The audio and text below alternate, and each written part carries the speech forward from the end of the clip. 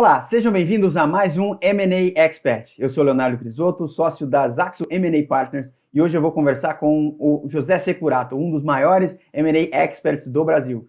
Ele já liderou grandes transações na área de energia, farmacêutica, mineração, e vai compartilhar toda a sua experiência aqui de mais de 10 anos à frente do Deutsche Bank, na área de Investment Banking. É um cara que sabe tudo sobre fusões e aquisições. Fique ligado e aprenda.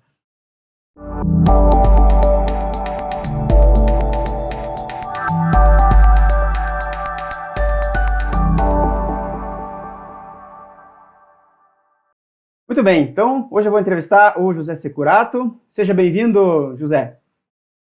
Oba, como vai, Leonardo? Tudo bem? Tudo bem, e você? Tudo bom. Prazer estar aqui com vocês. Prazer todo nosso, uma honra tê-lo aqui como nosso entrevistado. Conte pra gente quem é o Securato em 30 segundos. Puxa, em 30 segundos? Bom, em 30 segundos, o José Securato é pai de 3 meninas, marido da Camila, e trabalha com fusões e aquisições há mais de 20 anos. Trabalhei em banco de investimento internacional, passei muito tempo em Nova York, cobrindo toda a América Latina. Aí, quando eu saí do Deutsche Bank em 2013, eu fundei a Sampo Advisors, e aí a minha carreira ela abriu um pouco seus horizontes, né? Porque eu tive muito contato com o middle market e você explora outros setores. Comecei a trabalhar também com venture capital e fiz alguns investimentos. Depois, isso me levou a ser membro de conselho de algumas empresas, né? Eu sou membro do conselho da Brasilata, fui membro do conselho da Brasfrotas, sou membro do conselho da São Paulo Escola de Negócios, e hoje eu sou membro do conselho fiscal da Cogna, antiga Croton. E mais recentemente, nesse ano, eu aceitei uma posição de CFO interino no Digio, que é um banco digital do Bradesco e do Banco do Brasil. Mas é part-time, né? Então eu passo metade da semana como CFO do Digio, o resto da semana para os meus clientes tradicionais que eu não tinha como abandoná-los, né? A gente tem um relacionamento de longo prazo, o espírito da Sampo Advisors é um relacionamento de longo prazo. Uhum. Muito bom. Que tipo de porte ou de transação que você costuma atender na Sampo Advisors? Olha, na Sampo Advisors, a gente se libertou desse tipo de parâmetro, não tem um tamanho que a gente busca. Na verdade, eu acredito que a vida é muito curta e eu quero trabalhar com pessoas que eu gosto, porque você convive muito, né, numa transação. Eu quero ajudar pessoas que reconhecem o valor que a gente traz e realmente vão aproveitar do nosso know-how que complementa a experiência deles. Então, assim, um jeito melhor de dizer, eu quero trabalhar com quem quer trabalhar comigo.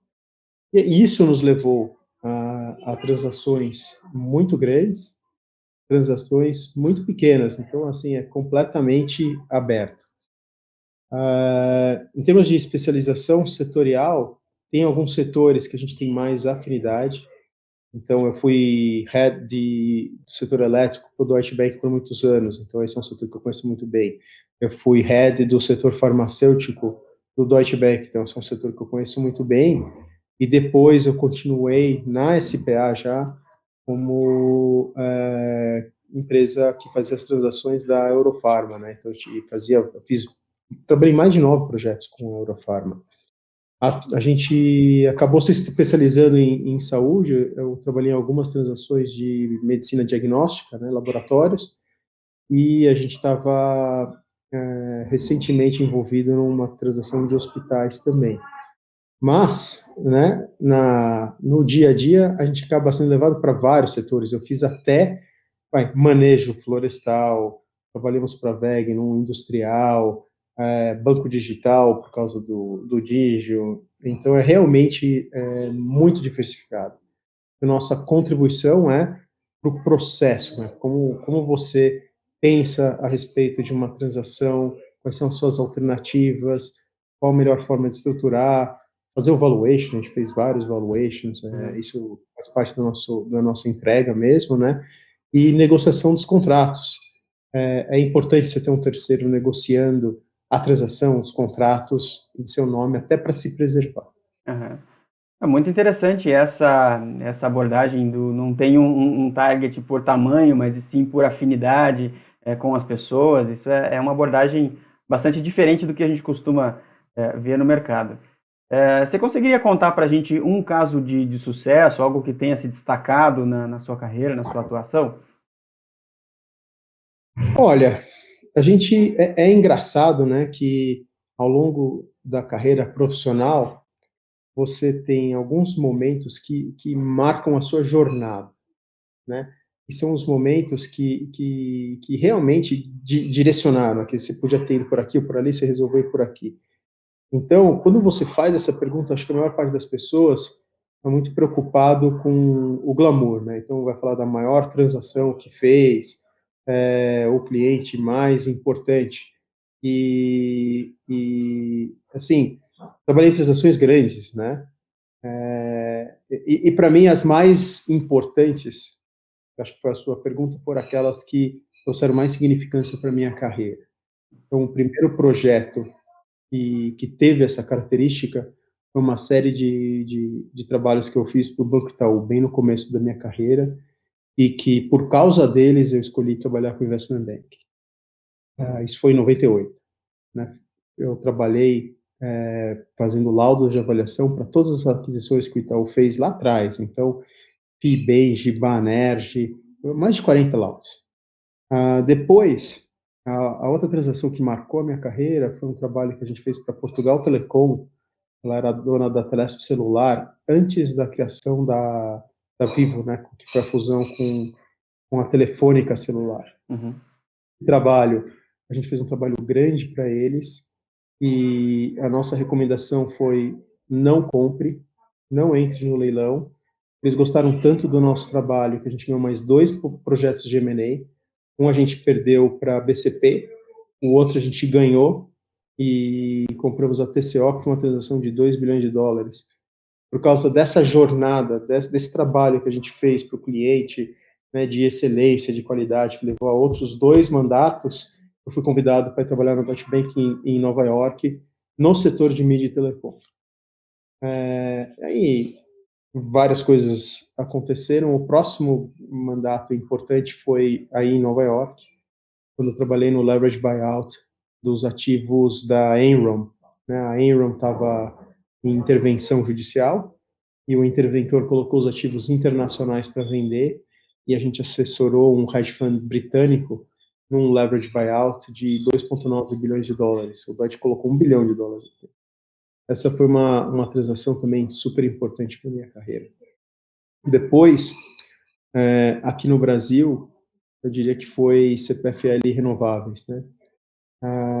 Eu tinha voltado dos Estados Unidos, pouca gente no Brasil me conhecia, porque eu estava nos Estados Unidos cobrindo toda a América Latina, dividindo meu tempo com o Brasil e os outros países, e eu voltei como diretor, encarregado por alguns setores, um deles o setor elétrico. Eu já tinha feito bastante coisa, né? Uhum.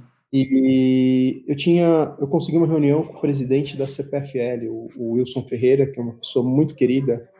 Ele conheceu meu pai, conheceu meu irmão. Então, quando eu liguei, ele me atendeu pessoalmente, e que normalmente você fala com a secretária dele. Secretário, que prazer, gosto muito do seu pai, vai ser um prazer estar aqui com você, e venha quando puder, combina aí, não sei o que lá, né? Fui super bem acolhido, mas, assim, ó, mérito do meu pai, né? Uhum. Aí, quando eu avisei no Deutsche que eu tinha conseguido uma reunião com o presidente da CPFL, e há mais de 10 anos, né, o Deutsche não fazia nada com a CPFL. Aí os meus chefes pularam de alegria, e aí fica aquela coisa meio ridícula, né? Vem o meu chefe de Nova York, vem o meu chefe de Londres, né? O chefe é o Head de Utilities Américas, queria vir na reunião. O Head de Utilities Europa queria vir na reunião. E aí cada um trouxe uma pessoa. O meu chefe aqui do Brasil, o Head de IB do Brasil, queria ir também, foi. E eu levei o meu braço direito, que era quem fez todo o trabalho, né, cara? Então, quem fez o trabalho estava na reunião. O resto era tudo, a gente chama isso de you take the whole circus and the pony show, né? Então, imagina a situação, o cara veio de Londres para São Paulo, aí depois a gente pega um carro, vai para Campinas, o outro veio de Nova York para São Paulo, aí pega o carro, vai para Campinas, chegamos em Campinas, sala do conselho, aquela mesa enorme, não sei o que lá. Eu falei, cara, o que eu vou falar para esse cara, né? E todo mundo queria falar de duas elephant deals, né? Duas transações de mais de 2 bi que estavam acontecendo. E eu falei, não adianta eu falar dessas transações, já todos os bancos já vieram falar com ele disso, e os meus concorrentes mais competentes vêm falar disso semana sim, semana não. Uhum. Primeira reunião com ele, eu preciso impressionar, preciso ter um ângulo, né? E aí eu estudei por 3 meses, 3 meses, o setor de energia renovável.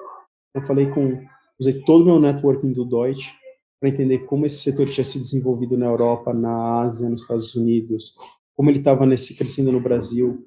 Consegui marcar umas reuniões com alguns developers aqui no Brasil para entender o que eles estavam fazendo e fui acumulando o meu conhecimento. Quando eu cheguei na reunião, aí eu fiz falei, o Wilson Ferreira chegou 20 minutos atrasado, pedindo desculpas que ele estava com um dia muito atribulado, ele tinha só 20 minutos.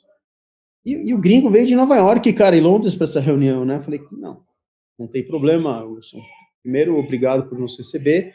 E o que eu tenho para falar para você, eu consigo cobrir facilmente em 20 minutos. Você não pode se abalar, né, cara? Eu vim falar do setor de energia renovável.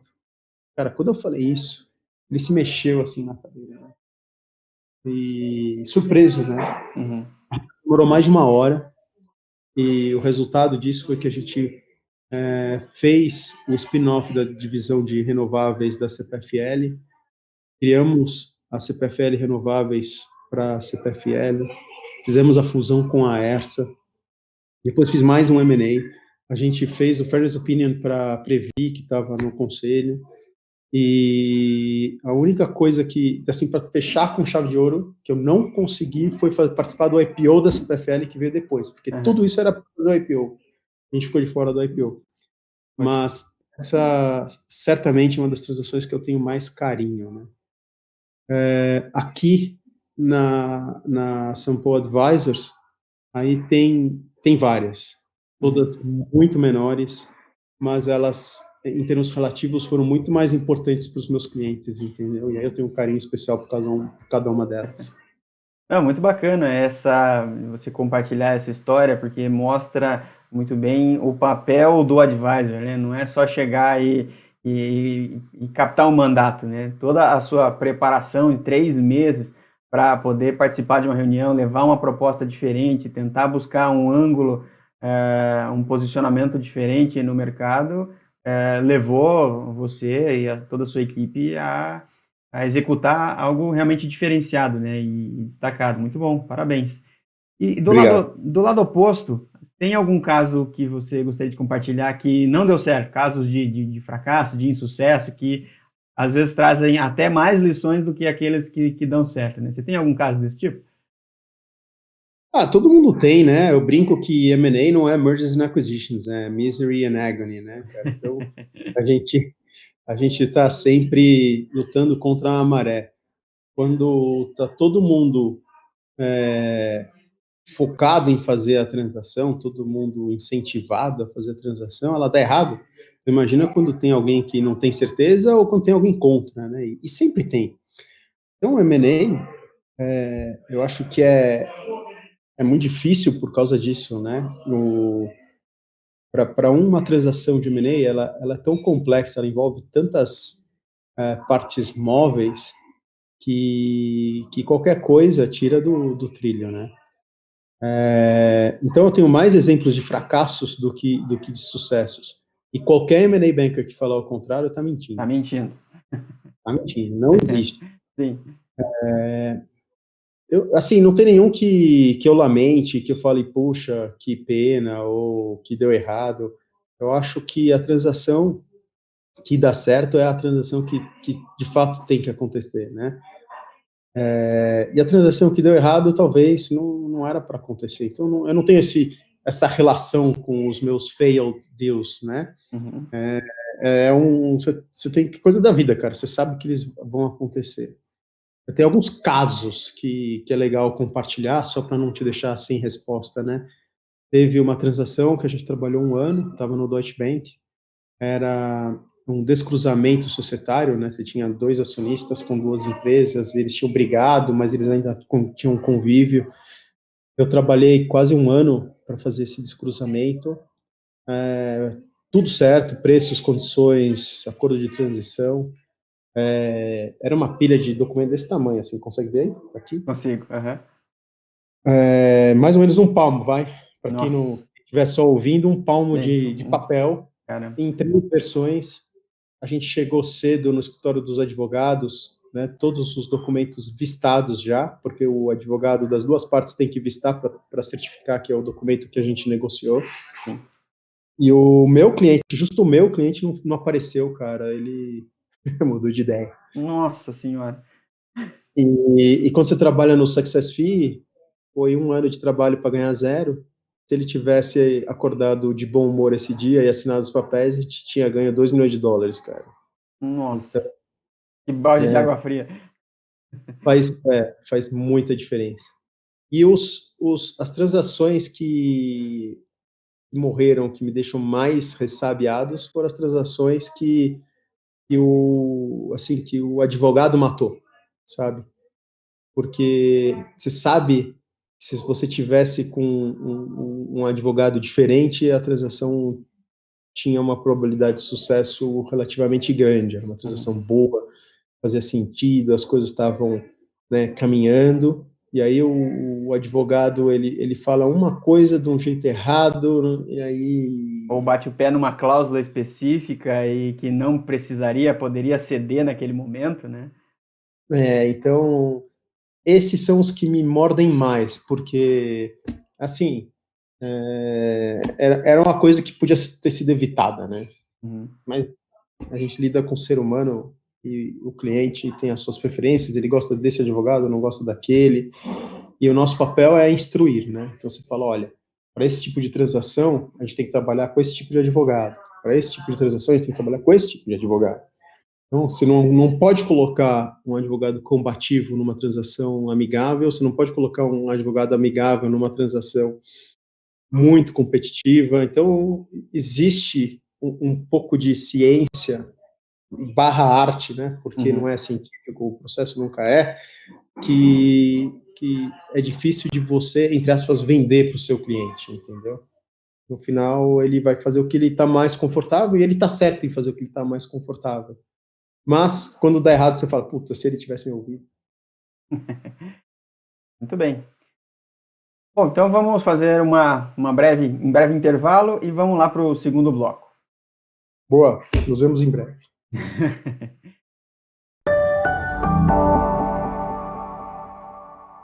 Muito bem. A ideia agora nesse segundo bloco é a gente olhar para o futuro. Securato, comenta com a gente aqui quais são as suas recomendações, o que você diria para os empresários nesse momento.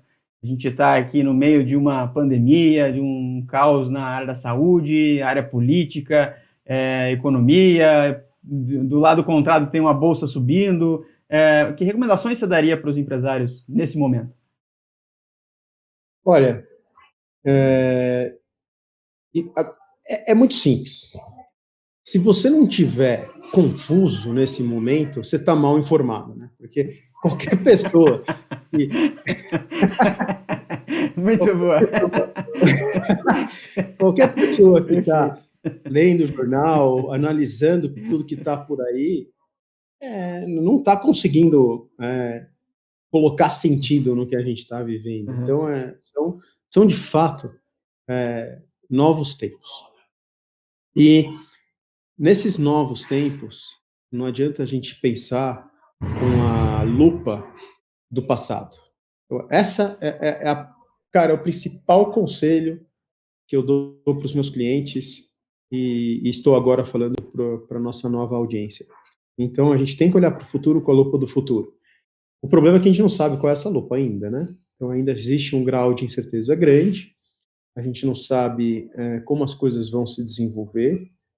Deixa a bolsa de lado, bolsa são outros drivers, outras relação causa-efeito, né? Pensa na economia real e eu acho que quem vive a economia real sabe o que eu estou falando, né? Porque muitos dos assessores que estão lá fora, eles estão só dando pitaco na transação dos outros, né? Eles nunca sentaram numa cadeira de gestão, eles nunca tiveram que tomar decisão, nunca tiveram que tomar uma decisão de mandar 20%, 30% da sua força de trabalho embora. Então, nós estamos vivendo momentos difíceis. Eu tenho a sorte, né, de vir de uma família muito empreendedora. Então, na minha família criou vários negócios e pela minha jornada eu não tinha isso, né? E toda vez que eu sentava para conversar com meu pai, com meu irmão, no conselho da São Paulo Escola de Negócios, né, a resposta que eles me davam não, você não sabe porque você nunca geriu uma empresa, você não sabe porque você não sentou do meu lado. Eu fui lá resolver isso, né, cara? Eu não gosto das pessoas me falando de uma coisa que eu não sei. Uhum. Aí eu administrei uma outra faculdade, eu fundei alguns negócios, hoje eu sou CFO de um banco digital. Então, hoje, eu consegui uma coisa que poucos profissionais do mercado têm, né, que eu tenho um background acadêmico, né, eu sou professor, eu gosto muito de lecionar, né, estou terminando doutorado na USP, e fiz duas faculdades, enfim, fiz MBA, essas coisas. Eu tenho background acadêmico e sou professor. Eu tenho background profissional, de mercado, né? Eu trabalho com investment banking há 20 anos, trabalhei em Wall Street, literalmente, e agora, nos últimos 5, 7 anos, eu fiz a minha formação de executivo, de empresário e executivo, né? Então, eu consegui preencher todas as caixinhas. Então, a gente tem que olhar para o business real, o business de tijolo, né? Ou agora bits também, ele não precisa ser real, né? Ele só não é físico, mas ele é real. Uhum. Entender as relações entre fornecedores e clientes no pós-Covid, na nova realidade, como que essa transição, né, da pandemia, ela afeta o seu negócio, porque houveram mudanças. E toda vez que existe mudança, as pessoas superestimam a mudança no curto prazo, elas acham que vai ser muito maior, muito pior, muito melhor, e elas subestimam o impacto no longo prazo. Então, no longo prazo, vai ser mais profundo do que a gente está achando hoje. Eu garanto para vocês, tá gravado, não tá? Então Tá vocês vão, gravando. daqui 3 anos, você fala, pô, você tinha razão. Mas porque é sempre assim, não é que eu sou gênio, cara. Funciona assim. Então você tem que entender o teu negócio, não tomar decisão no momento da transição, porque o cenário ainda está indefinido, né? Quando você toma decisões importantes no meio dessa bagunça, tem uma grande chance de ser a decisão errada. E aí, quando o cenário tiver mais claro, aí fica um pouco mais fácil. Mas você tem que olhar com a ótica, né, com a lente da nova realidade, não com a lente da realidade antiga. E é por isso que transações de fusões e aquisições uma tirada muito grande agora, né? Então, desde março até hoje, poucas transações fecharam. Uhum. As transações que fecharam, elas estavam sendo negociadas antes, e aí elas terminaram, né? Foi a última perna da transação que fechou agora. E nesse momento, então, a gente está agora em julho de 2020. Agora o mercado está começando a voltar. Agora a gente está vendo mais procura, a gente está vendo mais gente se mexendo, porque tem muita oportunidade no mercado. É, Tem já muito. aproveitando, já aproveitando esse gancho, qual que as perspectivas que você enxerga para fusões e aquisições, tanto o segundo semestre quanto o ano que vem? Como é que você está enxergando esse mercado? Olha, o que acontece é que uma transação de M&A, né, de fusões e aquisições, ela tem uma jornada longa. E no Brasil ela é mais longa que nos Estados Unidos e na Europa. Nos Estados Unidos e na Europa é muito comum você fechar uma transação em 6 meses. Aqui no Brasil é muito comum você trabalhar 1 ano e não ter fechado ainda. Né? É o contrário. Por quê? Vem da qualidade do mercado, né? Nos Estados Unidos e na Europa, a maior parte das empresas, elas são geridas por profissionais. É um CEO profissional, Um CFO profissional, ele não é membro da família, ele não é acionista, foi alguém contratado para aquela função, né? Vou fazer um paralelo mais mundano para nós, né, seres mortais, né? Se você mora num prédio e você tem o seu zelador, é muito diferente quando o zelador mora no prédio e atende todo mundo, do que quando você contrata uma pessoa para vir às 8 da manhã, bater ponto, ser zelador e fechar o ponto e ir embora. As relações são diferentes, a pessoalidade é diferente, o impacto é diferente, né?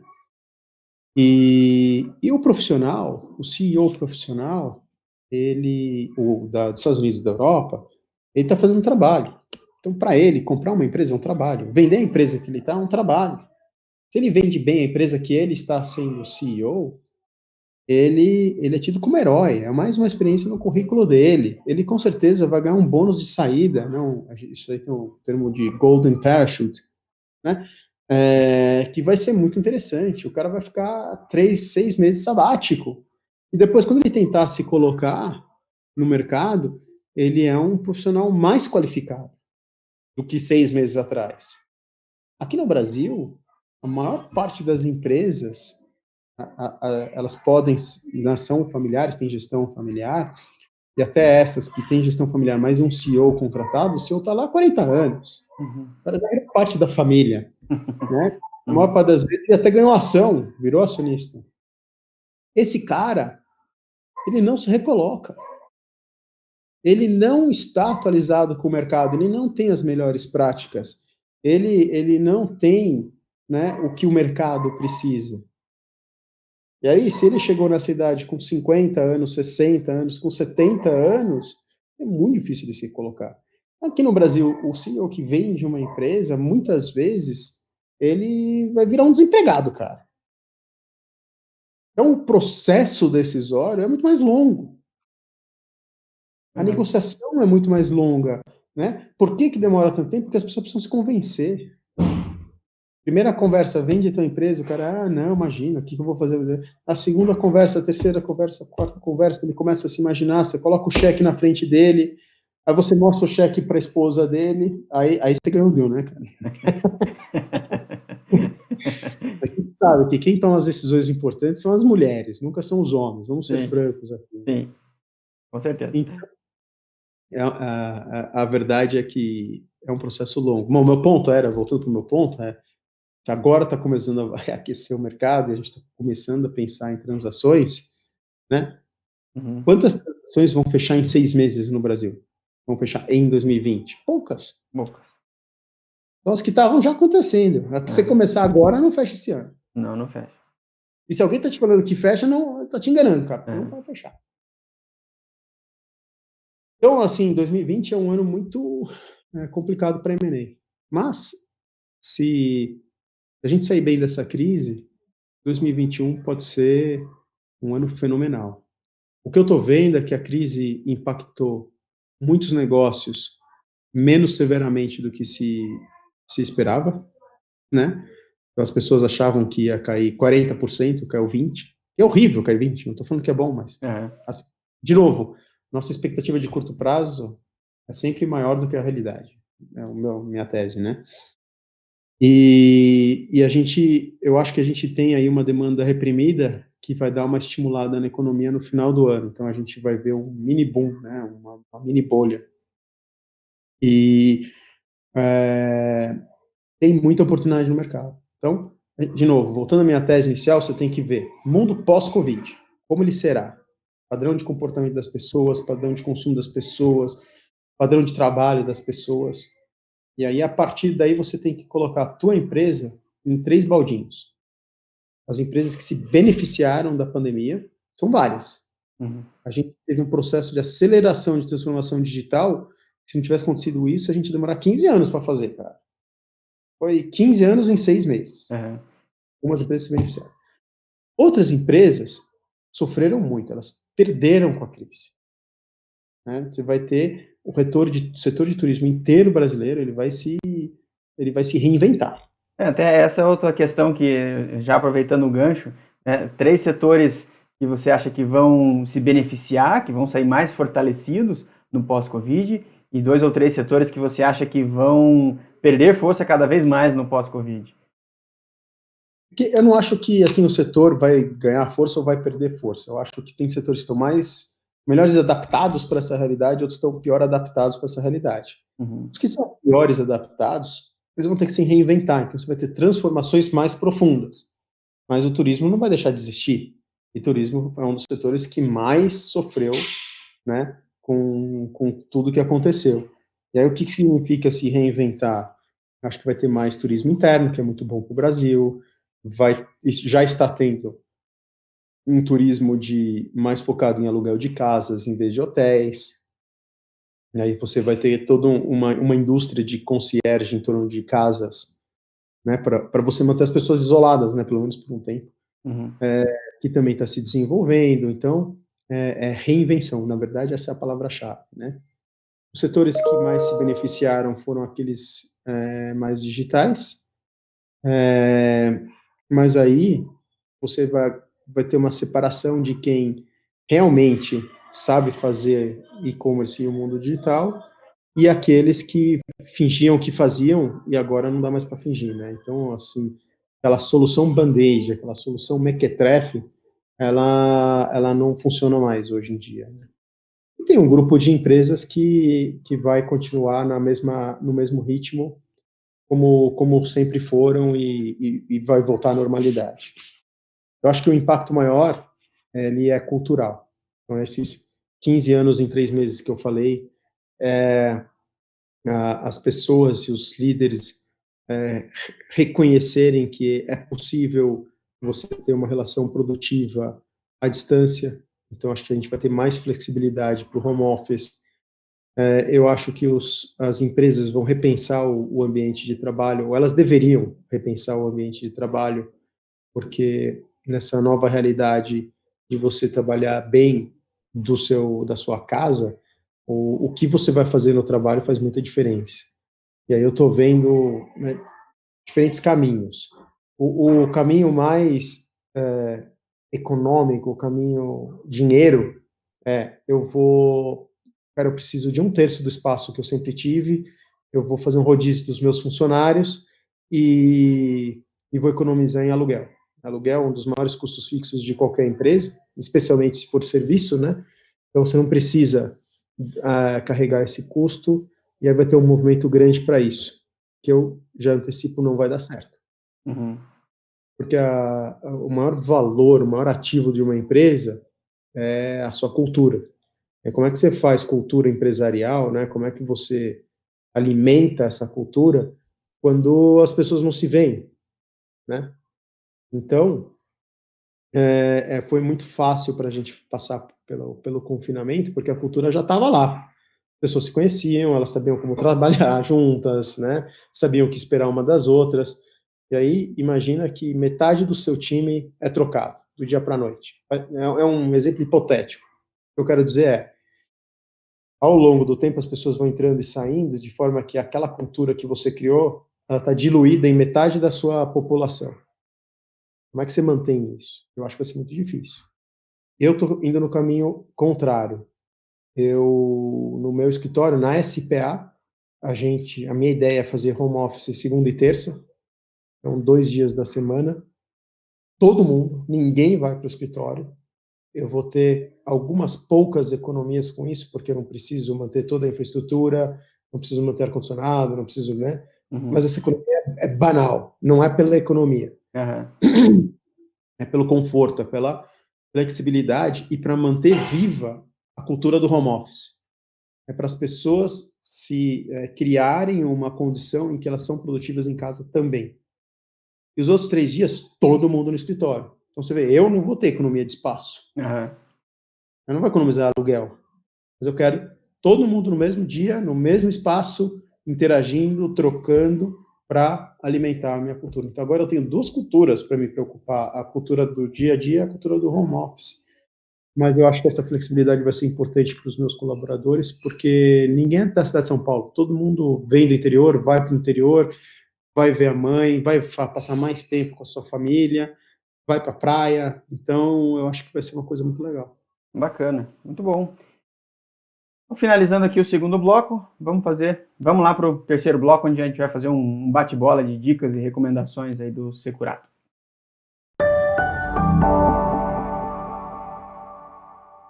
Bate-bola, Leonardo, vamos lá.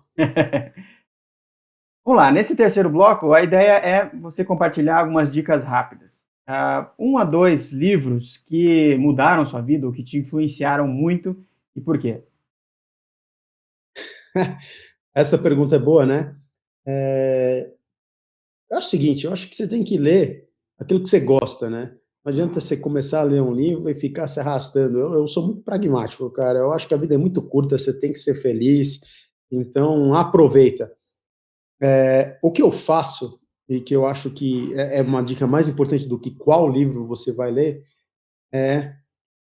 quando você lê um livro, tentar extrair o de melhor do livro, né? Você tentar replicar alguma dica, algum conhecimento, alguma situação na sua vida.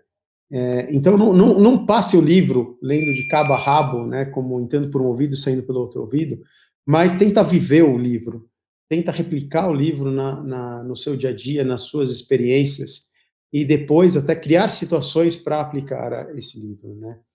Então, agora respondendo a sua pergunta, que eu acho que a minha primeira resposta é mais importante do que a segunda, é o livro How to Win Friends and Influence People, um livro da década de 40, 50, que fala como você interage com as pessoas, né? Essa eterna negociação do seu dia a dia, como você conduz isso.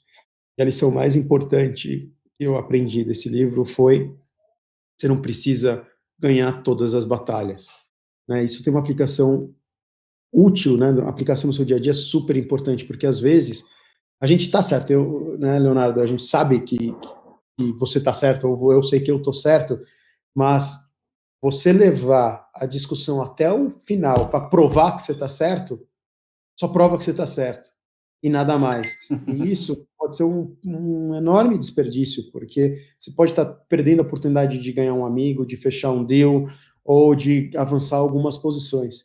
Às vezes, é mais inteligente você dar um passo para trás, né, recuar e deixar a outra pessoa, né, entre aspas, ganhar essa discussão, mesmo você sabendo no seu íntimo que você está certo e ela está errada, em função da situação. Então, é ser tático no dia a dia, né? O que você quer com essa discussão?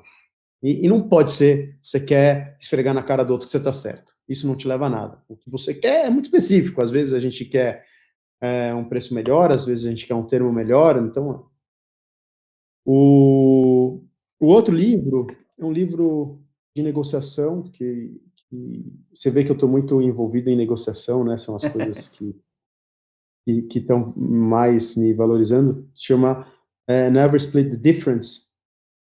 Então ele tem várias técnicas bacanas que vão te ajudar numa negociação. Mas assim, hoje eu estou muito no audiobook, então tem vários livros que eu recomendaria. The Eight Dimensions of Leadership, que te explica como é que as pessoas têm um biotipo diferente, como você trabalha eles. Eu estou lendo o diário da Anne Frank, porque eu acho que tem tudo a ver com o momento que a gente está vivendo. A menina ficou mais de 3 anos confinada no sótão da casa dela, né? Do You Talk Funny é um livro de um comediante que faz stand-up comedy, e ele fala como falar em público. Eu li o livro da Michelle Obama, né, Becoming. Eu não gostei dela. Achei ela pobre, cara. Não gostei. Mas tem lições importantes de como os Estados Unidos funciona, de como é ser presidente dos Estados Unidos. E eu confesso que eu terminei meio deprimido o livro, né? Porque os presidentes no Brasil, eles se expõem demais, eles não se preservam, eles não têm tática, eles não têm planejamento. A primeira-dama não está fazendo nada, ela fez um papel importantíssimo como primeira-dama. Então, são coisas que são tão fáceis de mudar e fazer que dá certo. Gostei muito de Bad Blood, que é de uma venture capital americana, né? Theranos, que enganou o mundo, enganou os principais investidores, é um caso de fraude. Born a Crime, que é um livro de um cara que nasceu na África do Sul, monta um pouco do dia a dia do apartheid. Aí tem o que mais? Black Swan, muito legal. Black Edge, muito Aham. legal. The Everything Store da Amazon. Puxa, Homo Deus, Sapiens. Aí, para quem é pai de menina, leia Under Pressure, fala das pressões que as meninas têm, que são diferentes das pressões que os meninos têm em ser teenager. Então, assim, eu gosto muito de ler, e eu gosto de ler coisas diferentes, então eu acho que a gente tem que buscar aquilo que interessa, aquilo que está naquele momento, e tirar o melhor dos livros mesmo. Muito bom. Eu vou colocar depois essas recomendações que você sugeriu aqui para o pessoal nos links abaixo. Se você tivesse que eleger 1 a 3 mentores, pode ser a pessoa próxima ou não necessariamente de trabalho, ou pessoas que você simplesmente admira e tira alguma inspiração dela, quem seriam essas pessoas?